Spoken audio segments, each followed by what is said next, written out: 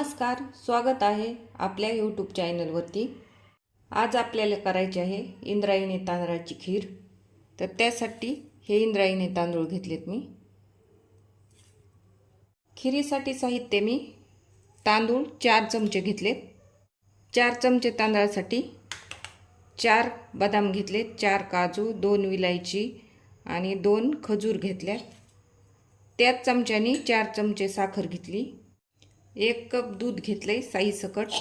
हे दूध पातेल्यात ओतून घ्यायचे आणि तेवढंच पाणी घ्यायचे आपल्याला। हे बघा, 1 कप दूध आणि 1 कप पाणी। आता हे घेतलेले तांदूळ आपल्याला व्यवस्थित धुवून घ्यायचे 4 ते 5 पाण्याने।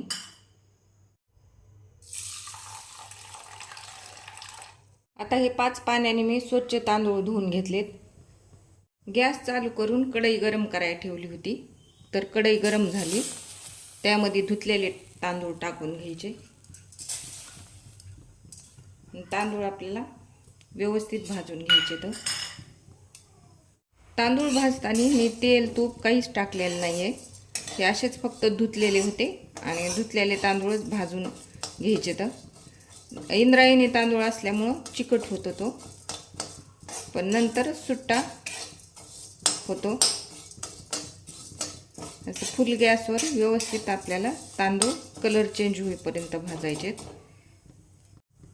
हे तांदूळ भाजताना असे पांढरे शुभ्र दिसतात आणि पांढरे शुभ्र जरी असले तरी त्याला थोडेसे लाल कलर आणायचा आपल्याला, जास्त नाही। पांढरे राहिले तरी ते भाजलेले असते, पण थोडेसे असे छान भाजायचे। जेवढे तांदूळ खमंग भाजतो तेवढी खीर टेस्टी लागते। आता हे भाजलेले तांदूळ आपल्याला एका भांड्यामध्ये काढून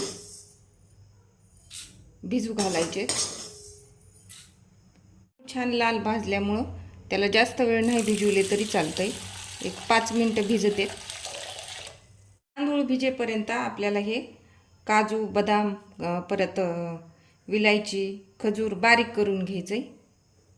आता तांदूळ भिजेपर्यंत मी खजूर बारीक करून घेतली, काजू, बदाम आणि ही विलायची ती बारीक करून घेतली। पण व्यवस्थित भिजले। तर आता काय करायचं, हे घेतलेलं 1 कप दूध आणि 1 कप पाणी ना, त्याच्यामध्ये घेतलेली 4 चमचे साखर टाकून घ्यायची आणि हे गॅसवरती उकळाय ठेवायचं। हे दूध गॅसवरती उकळाय ठेवलंय। दूध उकळेपर्यंत आपल्याला तांदूळ बारीक करून घ्यायचे। हे भिजू घातलेले तांदूळ आहेत आपले, तर 5 मिनिटं भिजलेत। आता हे मोठे मोठे वाटून घ्यायचेत आपल्याला। टाकून अशा प्रकारे आपण हे तांदूळ वाटून घेतलेत मिक्सरमध्ये। आता हे घेतलेलं सामान होतं ना, ते लगेच टाकायचं नाही। इकडे दूध पण उकळलेलं आहे, हे बघा, साई असल्यामुळं जराशी घट्ट वाटायले। तर आता त्याच्यामध्ये हे वाटण जे केले ना आपण, थोडंसं पाणी टाकून वाटलेलं तांदळाचं ते टाकून घ्यायचं आणि आता पाणी म्हणजे घट्ट होईपर्यंत शिजवून घ्यायचं।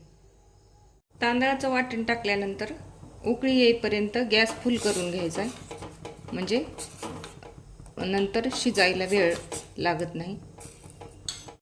आता एक उकळी आली, गॅस कमी करून घ्यायचा। गॅस कमी केल्यानंतर खीर घट्ट होईपर्यंत अशी शिजवून घ्यायची कमी गॅसवर। ही तांदळाची खीर शिजताना अधूनमधून अशी हलवीत राहायची, त्याच्यामुळं चिटकणार नाही खाली।